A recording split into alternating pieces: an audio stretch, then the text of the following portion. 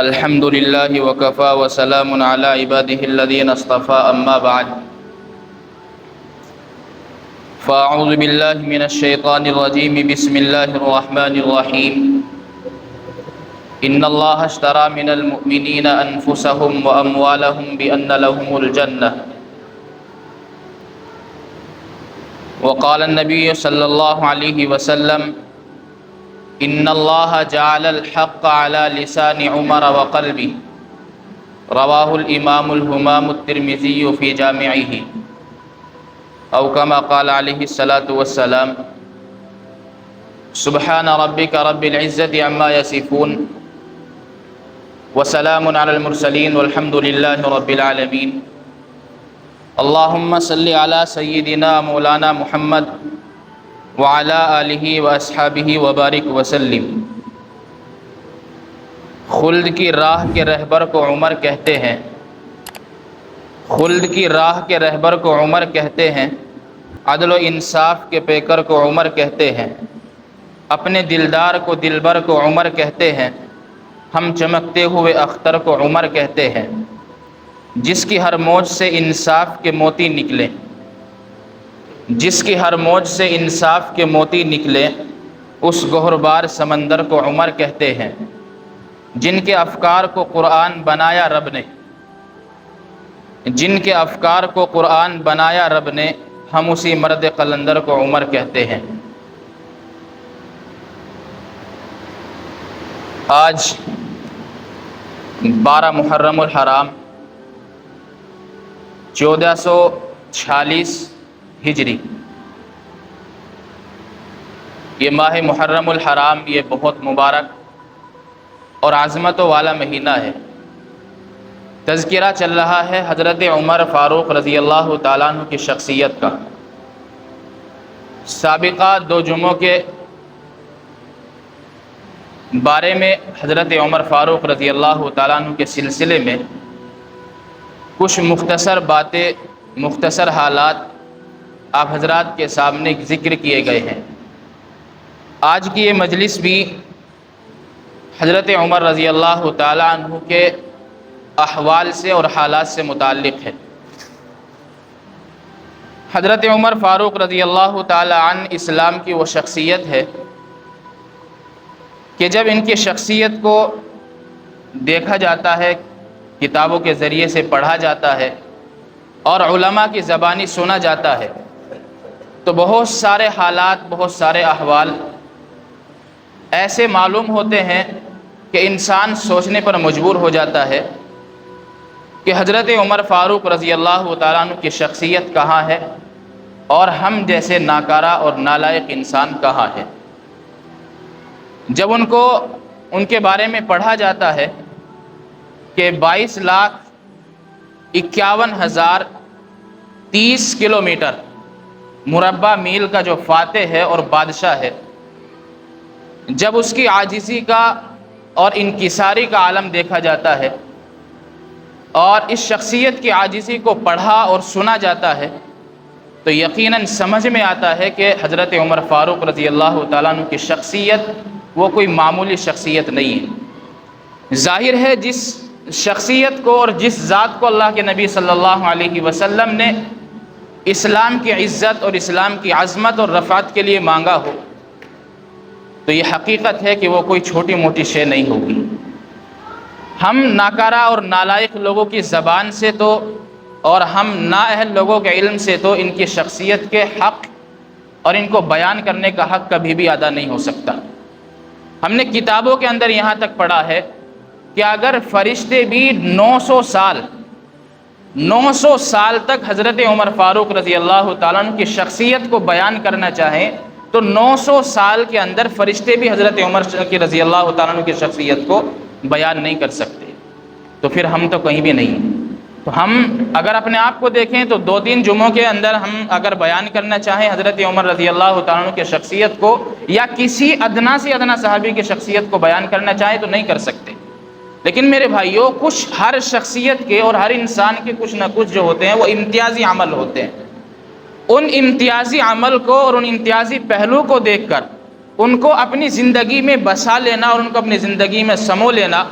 اور ان پر عمل پیرا ہو کر کے اللہ تبارک و تعالیٰ کے سامنے کھڑا ہونا، یہ ہماری زندگی کا ایک جز ہونا چاہیے۔ قرآن کریم کے اندر اللہ تبارک و تعالیٰ نے ارشاد فرمایا وَقُلًّا نَقُصُّ عَلَيْكَ مِنْ أَنْبَاءِ الرُّسُلِ مَا نُثَبِّتُ بِهِ فُؤَادَكَ، کہ جو یہ واقعات اور قصے بیان کیے جاتے ہیں کہ یہ محض کہانیوں کے طور پر نہیں سنے جاتے۔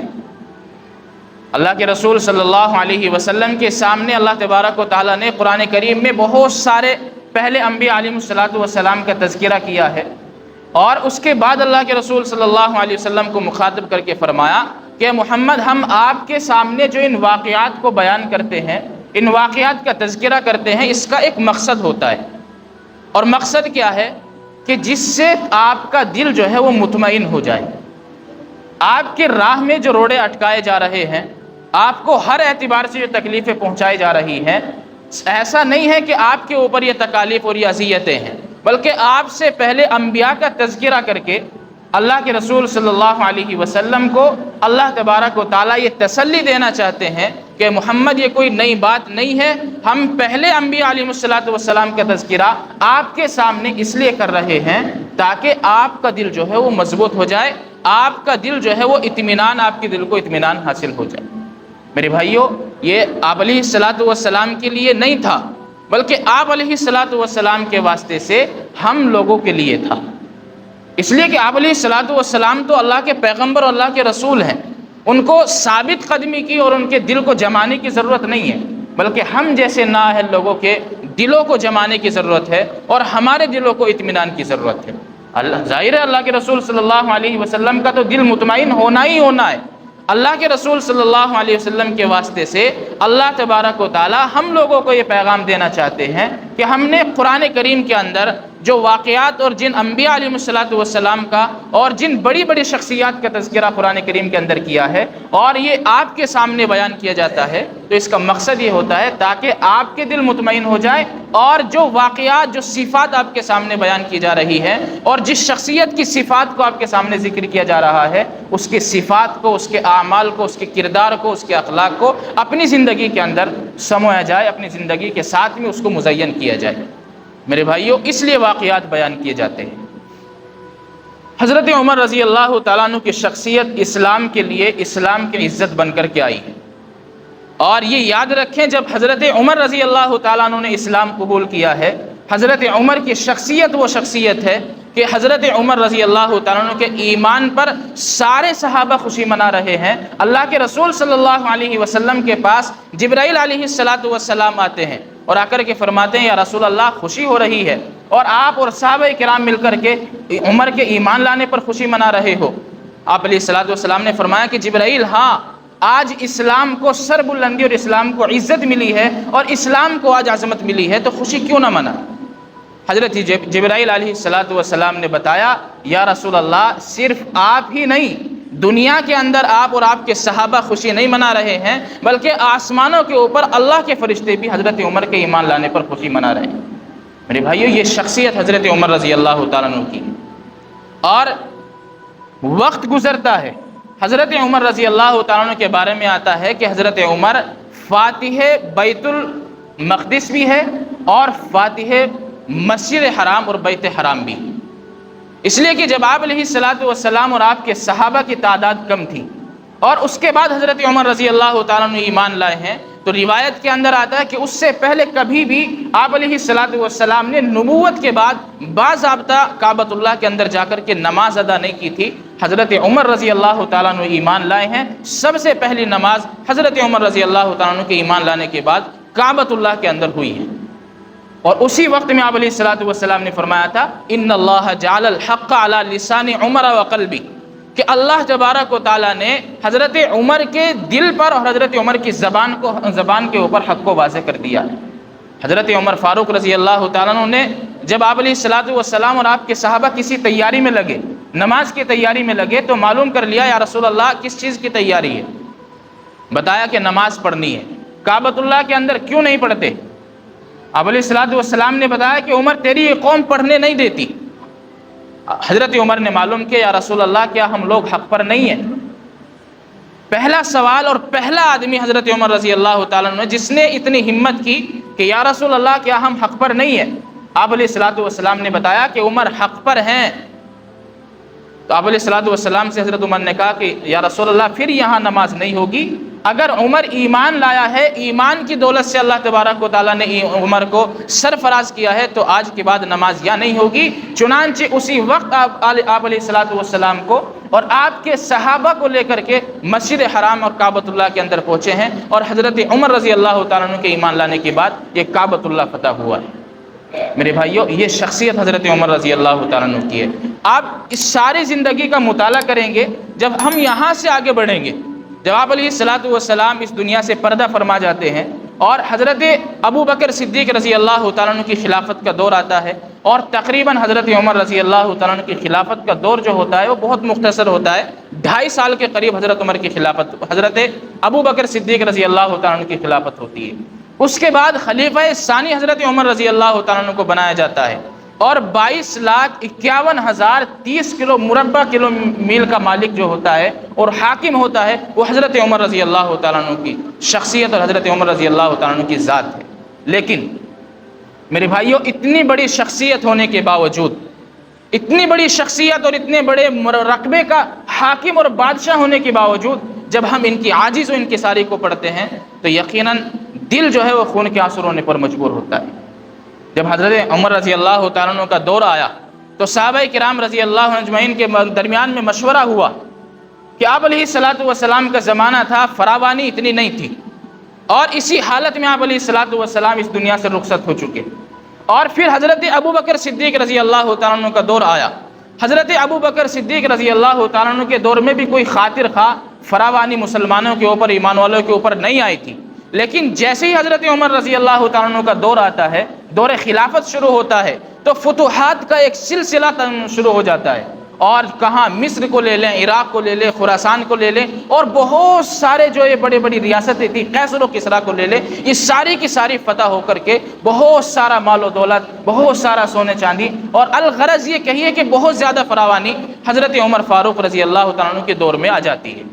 اب صحابہ کرام رضی اللہ عنہ اجمعین کے درمیان میں مشورہ ہوتا ہے کہ آپ علیہ الصلوۃ والسلام کے دور میں بھی فراوانی نہ ہوئی، حضرت ابو بکر کے دور میں بھی یہ نہیں ہوا، آج اگر اللہ تبارک و تعالیٰ نے فراوانی دی ہے تو اب 22 لاکھ مربع میل کا حاکم حضرت عمر ہے، اب اس کو اپنا انداز زندگی بدل دینا چاہیے،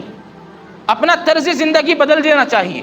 اپنا پروٹوکول ایک ایسا بنانا چاہیے تاکہ آنے والا جو آدمی ہے، آنے والی جو ریاستیں ہیں، وہ دیکھے کہ ہاں واقعتاً یہ خلیفہ وقت ہے، وہ دیکھے کہ ہاں یہ انسان، یہ بادشاہ، یہ حاکم ہے اس قوم کا۔ حضرت عمر رضی اللہ تعالیٰ عنہ کے بارے میں مشورہ ہوا کہ ان کو یہ مشورہ دیا جائے کہ امیر المؤمنین، آپ کے پاس بہت سارے لوگ آتے ہیں، بڑے بھی آتے ہیں، عزت دار آتے ہیں، اور ہر طرح کے آدمی آپ کے پاس آتے ہیں، آپ ایک کام کریں، اپنا طرز زندگی بدل دیں۔ اب مشورہ ہو رہا تھا، کسی نے کہا کہ بھائی اس بات کو حضرت عمر کے سامنے رکھے گا کون؟ اس لیے کہ حضرت عمر کی شخصیت جاہ و جلال والی شخصیت بھی تھی، عاجز و انکساری اپنی ایک طرف ہے، لیکن حضرت عمر کی شخصیت میں جاہ و جلال بھی بہت زیادہ تھا۔ تو صحابہ نے کہا کہ اس بات کو رکھے گا کون؟ سارے صحابہ کا اتفاق ہوا کہ حضرت علی کو حضرت عمر کی خدمت میں بھیجا جائے، اور چونکہ حضرت علی رضی اللہ تعالیٰ عنہ وہ حضرت عمر رضی اللہ تعالیٰ عنہ کے مشیر تھے، ہر طرح کے مشورے میں، ذاتی مشورے میں، خلافت کے مشورے میں حضرت علی رضی اللہ تعالیٰ عنہ حضرت عمر رضی اللہ تعالیٰ عنہ کے شریک ہوتے تھے اور آپس میں مشورہ کرتے تھے۔ تو چنانچہ مشورہ کیا کہ حضرت علی کو مقرر کر دیا جائے۔ حضرت علی نے کہا کہ میں حضرت عمر کے سامنے یہ بات نہیں رکھ سکتا۔ پھر کون رکھے گا؟ مشورہ ہوا کہ امی عائشہ صدیقہ رضی اللہ تعالیٰ عنہ کو بھیج دیا جائے، اور یہ بات طے پائی کہ حضرت عائشہ رضی اللہ تعالیٰ عنہ کی بات کو حضرت عمر رضی اللہ تعالیٰ عنہ ٹالیں گے نہیں، ان کی بات کو رد نہیں کریں گے۔ اگر امی عائشہ کو بھیجا جائے گا اور وہ بات کریں گی تو حضرت عمر مان لیں گے۔ میرے بھائیوں، یہ طے ہوا، اور مشورے کے طور پر مشورے میں یہ بات طے ہوئی کہ حضرت امی عائشہ رضی اللہ تعالیٰ عنہ کو اور حضرت حفصہ رضی اللہ تعالیٰ عنہ جو خود حضرت عمر رضی اللہ تعالیٰ عنہ کی بیٹی ہیں، ان دونوں کو آپ حضرت عمر رضی اللہ تعالیٰ عنہ کی خدمت میں بھیج دیا۔ اب یہ جا کر کے عرض کیا کہ عمر، حضرت عائشہ نے بات کی کہ عمر، آپ علیہ الصلوۃ والسلام کا زمانہ تھا، اس میں بھی فراوانی نہیں تھی، حضرت ابو بکر صدیق رضی اللہ تعالیٰ عنہ کا میرے والد کا دور آیا، اس میں بھی کوئی خاطر خواہ فراوانی نہیں تھی۔ اب اللہ تبارک و تعالیٰ نے فتوحات کا سلسلہ شروع کیا ہے، تو اب آپ ایک کام کر لیں، اپنا طرز زندگی بدل دیں، اور تاکہ آپ مسلمانوں کے حالات کو تبدیل کر دیں، اپنے حالات کو بدل لیں، تاکہ آنے والا آدمی سمجھے کہ کوئی نہ کوئی یہ حاکمت ہے اور بادشاہیت ہے ان کے پاس میں۔ حضرت عمر فاروق رضی اللہ تعالیٰ عنہ نیچے کو لکھائے اور نیچے اپنی نظر کی اور رونا شروع کر دی۔ تھوڑے وقفے کے بعد جب حضرت عمر رضی اللہ تعالیٰ عنہ نے آنکھیں اٹھائی، اپنا سر اٹھایا، تو ان کی آنکھوں سے آنسو جاری تھی، اور حضرت عائشہ رضی اللہ تعالیٰ عنہ کو مخاطب نہ کر کے اپنی بیٹی حضرت حفصہ رضی اللہ تعالیٰ عنہ کو مخاطب کیا کہ بیٹی، کیا تجھے معلوم نہیں ہے کہ آپ علیہ الصلوۃ والسلام کی زندگی کتنی سادہ تھی؟ آپ علیہ الصلوۃ والسلام نے، کیا تجھے معلوم نہیں ہے کہ کیا آپ علیہ الصلوۃ والسلام نے کبھی 2 وقت کا کھانا کھایا ہے؟ آپ علیہ الصلوۃ والسلام کے بارے میں آتا، صبح کو کھاتے، شام کو نہیں کھاتے تھے، شام کو کھاتے، صبح کو میسر نہیں ہوتا تھا۔ یہ آپ علیہ الصلوۃ والسلام کی زندگی تھی، اور خود آپ علیہ الصلوۃ والسلام کا ضابطہ اپنے لیے تھا الفقر فخری، اپنے لیے فاقے کو اور فقر کو پسند فرماتے تھے۔ حضرت عمر نے کہا کہ حفصہ، کیا تجھے معلوم نہیں ہے کہ آپ علیہ الصلوۃ والسلام اکثر و بیشتر 2 وقت کا کھانا نہیں کھایا کرتے تھے؟ کہ اے حفصہ، کیا تجھے معلوم نہیں ہے کہ آپ علیہ الصلوۃ والسلام کا کرتا اور آپ علیہ الصلوۃ والسلام کا لباس کیا ہوتا تھا؟ بسا اوقات ایسا ہوتا تھا کہ ایک قمیص ہوتی تھی، اور اسی قمیص کو جب ضرورت پڑتی تھی تو اس کو دھلتے تھے اور پھر جا کر کے نماز پڑھایا کرتے تھے۔ بسا اوقات ایسا بھی ہوتا تھا کہ جب اس قمیص کو دھلتے تھے، نماز کا وقت ہو جاتا تھا اور وہ سوکھ نہیں پاتی تھی۔ حضرت بلال رضی اللہ تعالیٰ عنہ آتے تھے، یا رسول اللہ، نماز کا وقت ہو چکا ہے۔ آپ علیہ الصلوۃ والسلام جواب دیتے، بلال، ابھی میرا کرتا سوکھا نہیں ہے۔ آپ علیہ الصلوۃ والسلام کے پاس صرف ایک کرتا ہوتا تھا، اور روایت میں یہاں تک بھی آتا ہے کہ کبھی وہ ایک کرتا بھی نہیں ہوتا تھا، ایک چادر ہوتی تھی، اوپر سے نیچے تک اس چادر کو اوڑھ لیا اور جا کر کے نماز پڑھا دی۔ یہ حالات اللہ کے رسول صلی اللہ علیہ وسلم کی زندگی میں تھے۔ اور حضرت عمر رضی اللہ تعالیٰ نے فرمایا، اے حفصہ، کیا تجھے معلوم نہیں ہے کہ اللہ کے رسول صلی اللہ علیہ وسلم کا بستر کیا ہوتا تھا؟ تجھے معلوم ہونا چاہیے کہ آپ علیہ الصلوۃ والسلام کا بستر کیا ہوتا تھا۔ ایک ٹاٹ کا ایک کپڑا، ایک ٹکڑا ہوتا تھا۔ ایک مرتبہ واقعہ ایسا ہوا کہ حضرت حفصہ نے اس ٹاٹ کے ٹکڑے کو 2 تہہ کر کے آپ علیہ الصلوۃ والسلام کے بستر پر بچھا دی۔ آپ علیہ الصلوۃ والسلام صبح اٹھے، بیدار ہوئے، اور نماز وغیرہ سے فارغ ہو کر کے گھر پر تشریف لائے، تو حضرت اللہ کے رسول صلی اللہ علیہ وسلم نے معلوم کیا کہ حضرت حفصہ، کیا آپ نے میرے بستر کو بدل دیا ہے؟ فرمایا کہ یا رسول اللہ، آپ کے بستر کو نہیں بدلا ہے، میں نے جو وہ بستر تھا، جو ٹاٹ تھی، میں نے اس کو ڈبل کر دیا تھا۔ آپ علیہ الصلوۃ والسلام نے فرمایا کہ حفصہ، آج کے بعد ایسا مت کرنا، جیسا پہلے تھا اسی حالت پر میرے بستر کو بچھانا۔ اور آپ علیہ الصلوۃ والسلام نے فرمایا کہ میں رات میں اٹھتا ہوں، مجھے اللہ سے بات کرنی ہوتی ہے، اللہ کے سامنے میں جھکتا ہوں، اللہ کے سامنے باتیں کرتا ہوں، اس کی نرم گرماہٹ نے، اس کی نرمی نے مجھے اٹھنے میں ذرا تکلیف پہنچائی ہے، اس لیے آج کے بعد میرا یہ بستر ڈبل کر کے مت بچھانا۔ حفصہ، تجھے معلوم ہونا چاہیے کہ آپ علیہ الصلوۃ والسلام کی عاجزی اس قدر تھی کہ ہمیشہ آپ علیہ الصلوۃ والسلام نے کھانا نیچے زمین پر بیٹھ کر کے کھایا ہے۔ روایت میں آتا ہے کہ اب ایک مرتبہ حضرت حفصہ نے آپ کا کھانا ایک چھوٹے سے ٹیبل اور میز پر رکھ دیا۔ آپ علیہ الصلوۃ والسلام نے وہاں سے وہ کھانا اٹھایا اور نیچے بیٹھ گئے، اور آپ علیہ الصلوۃ والسلام نے فرمایا کہ حفصہ، میں کھانا نیچے بیٹھ کر پسند کروں گا، میں کھانا نیچے بیٹھ کر کھانا پسند کروں گا۔ اب دیکھیں، حضرت اللہ کے رسول صلی اللہ علیہ وسلم کی زندگی کو حضرت عمر رضی اللہ تعالیٰ عنہ نے گنوایا، اور یہ شمار کرائے کہ آپ علیہ الصلوۃ والسلام کو دیکھنا چاہیے آپ کی شخصیت کو۔ ظاہر ہے آپ علیہ الصلوۃ والسلام کی شخصیت ایسی تھی۔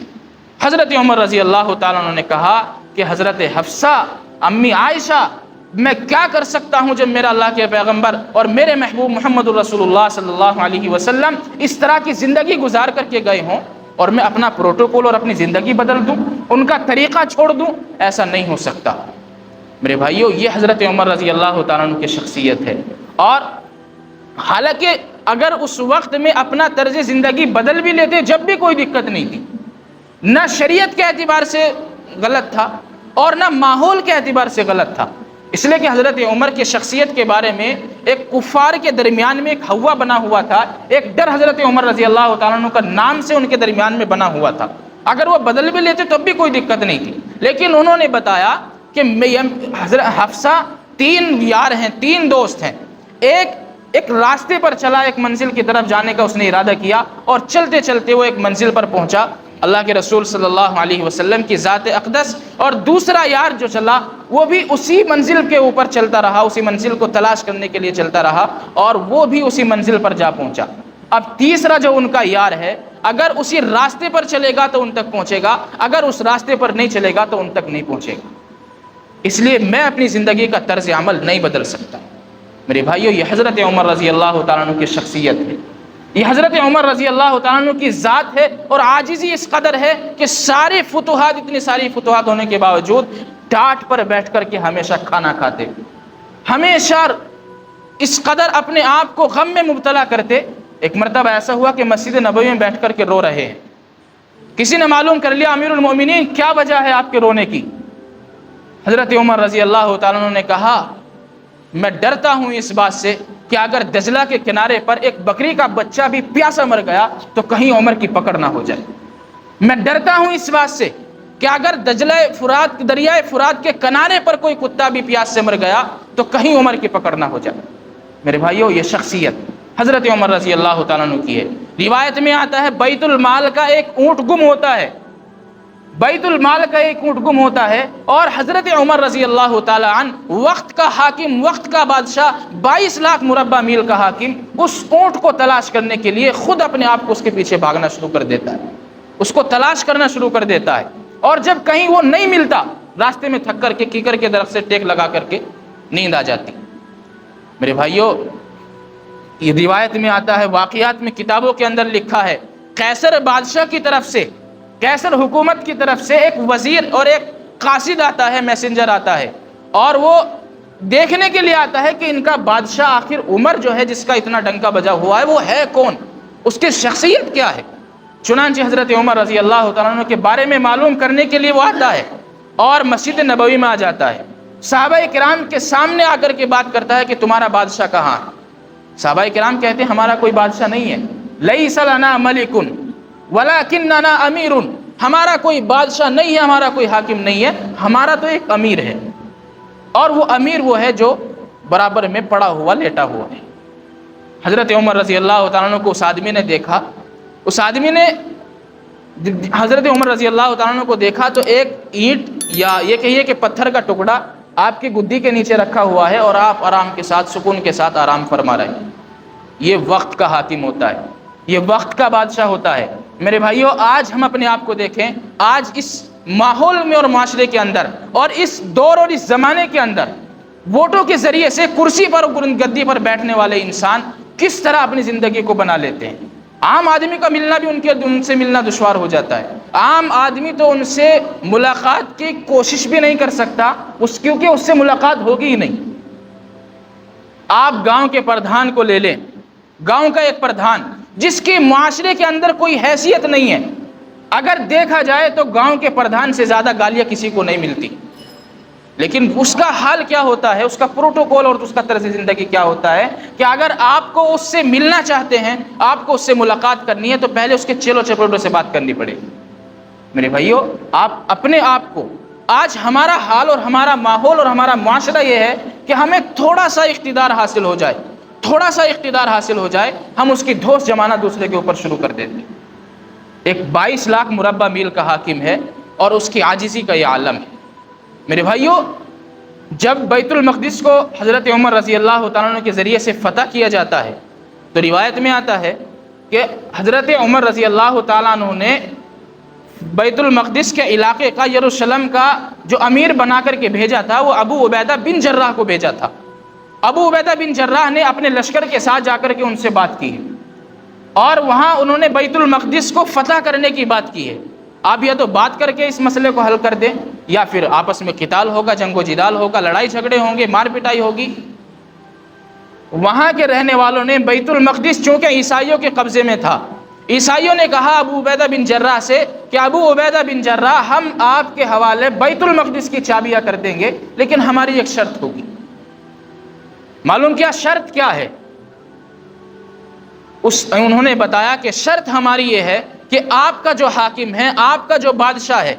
آپ کا جو امیر ہے اگر وہ آ کر کے ہم سے ملاقات کر لے تو ہم اس کو چابی بغیر لڑے، بغیر کسی جنگ و جدال کے، یہ چابی بیت المقدس کی اس کے حوالے کر دیں گے۔ خط لکھ کر کے بھیجا حضرت ابو عبیدہ بن جراح نے، اور حضرت عمر رضی اللہ تعالیٰ عنہ کے پاس پہنچا یہ خط، اور حضرت عمر رضی اللہ تعالیٰ عنہ اپنے غلام اسلم کو لے کر کے وہاں سے روانہ ہوئے۔ سواری کے لیے ایک اونٹنی حضرت عمر رضی اللہ تعالیٰ عنہ نے رکھی، اور یہ طے کیا کہ تھوڑے راستے تو سوار ہونا، میں نکیل پکڑ کر کے چلوں گا، اور تھوڑے راستے میں سوار ہو جاؤں گا، تو نکیل پکڑ کر کے چلنا۔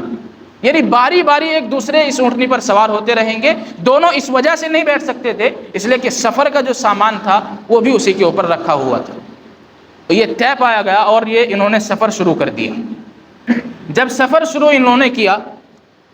تو جس وقت میں یہ بیت المقدس اور یروشلم کے اندر پہنچے ہیں تو اس وقت میں باری اتفاقاً حضرت عمر رضی اللہ تعالیٰ عنہ کی نہیں تھی، بلکہ آپ کے غلام حضرت اسلم کی تھی۔ اب دیکھیں وقت کا حاکم اور غلام بادشاہ سے اور امیر المؤمنین سے یہ کہہ رہا ہے کہ امیر المؤمنین لوگ کیا کہیں گے، لوگ کیا کہیں گے۔ حضرت عمر رضی اللہ تعالیٰ نے کہا کہ الدور دور، لوگوں کی پرواہ نہیں ہے، اگر عمر لوگوں کے کہنے کی پرواہ کرتا تو آج اس مقام پر نہ ہوتا۔ باری آپ کی ہے، لہذا آپ سواری پر سوار ہوں گے، اور میری نکیل پکڑنے کی باری ہے، میں نکیل پکڑ کر کے چلوں گا۔ میرے بھائیو، بیت المقدس میں جب اس انداز میں داخل ہوئے تو لوگوں نے سوچا کہ امیر المؤمنین جو ہے یہ اس پر اونٹ پر بیٹھا ہوا آدمی۔ اب حضرت ابو عمر رضی اللہ تعالیٰ عنہ کی شخصیت جو تھی وہ بہت طویل القامت اور موٹے اچھے خاصے تندرست آدمی تھے، اور جو اس کے اوپر غلام بیٹھا ہوا تھا وہ ایک کمزور سا انسان۔ تو دیکھ کر کے ہنسنے لگے، مذاق اڑانے لگے کہ یہ آپ کا امیر ہے، یہ آپ کا امیر ہے۔ حضرت ابو عبیدہ بن جراح نے فرمایا کہ تم دھوکے میں ہو، امیر یہ نہیں ہے جو اونٹ کے اوپر بیٹھا ہوا ہے، امیر وہ ہے جس نے اونٹ کی نکیل کو پکڑ رکھا ہے۔ یہ حضرت عمر رضی اللہ تعالیٰ عنہ کی شخصیت ہے۔ وہ سامنے کتاب لے کر کے کھڑے تھے، اور جب حضرت عمر کو دیکھا تو کہنے لگے کہ آج یہ ایک نشانی مکمل ہو چکی۔ عمر کی شخصیت میرے بھائی وہ ہے جس کا تذکرہ توریت اور انجیل کے اندر بھی اللہ تبارک و تعالیٰ نے کیا ہے۔ تو عمر کی شخصیت اتنی عاجز و انکساری، ایک طرف حضرت عمر رضی اللہ تعالیٰ عنہ کی شخصیت ہے، اور ایک طرف ہمارے ادنا سے ادنا، ادنا سے ادنا، ادنا سے ادنا، یہ کتنے بھی ادنا لگا لو، اگر کسی کو ذرہ برابر بھی اختیار حاصل ہو جاتا ہے تو اپنے اس اختیار کا کتنا وہ غلط اور ناجائز فائدہ اٹھاتا ہے اس کا ہم اندازہ بھی نہیں کر سکتے۔ اور ایک طرف 22 لاکھ مربع میل کا حاکم ہے جو قوم کے لیے اور جو اسی طریقے سے انصاف کے لیے اس طرح کی مثال پیش کرتا ہے۔ میرے بھائیوں، اپنے اندر عاجزی ہونی چاہیے، انکساری ہونی چاہیے، اپنے اندر اللہ تبارک و تعالیٰ سے مانگنے کا جذبہ ہونا چاہیے، اور صحابہ کرام رضی اللہ تعالیٰ عنہ کے نقش قدم پر چلنے کا اپنے آپ کو ہم لوگ عادی بنائیں، اور اللہ تبارک و تعالیٰ سے یہ مانگا کریں کہ اللہ تبارک و تعالیٰ ہمیں، کیونکہ ہم کہتے ہیں اہدنا الصراط المستقیم صراط الذین انعمت علیہم، اے اللہ ہمیں ان لوگوں کا راستہ دکھا جن پر آپ نے انعام فرمایا، جن پر آپ نے انعام فرمایا وہ اس صحابہ کرام رضی اللہ عنہ کی جماعت۔ اس لیے ہمیشہ اپنی دعاؤں میں اس چیز کا اہتمام کیا کریں۔ اللہ تعالیٰ عمل کی توفیق عطا فرمائے۔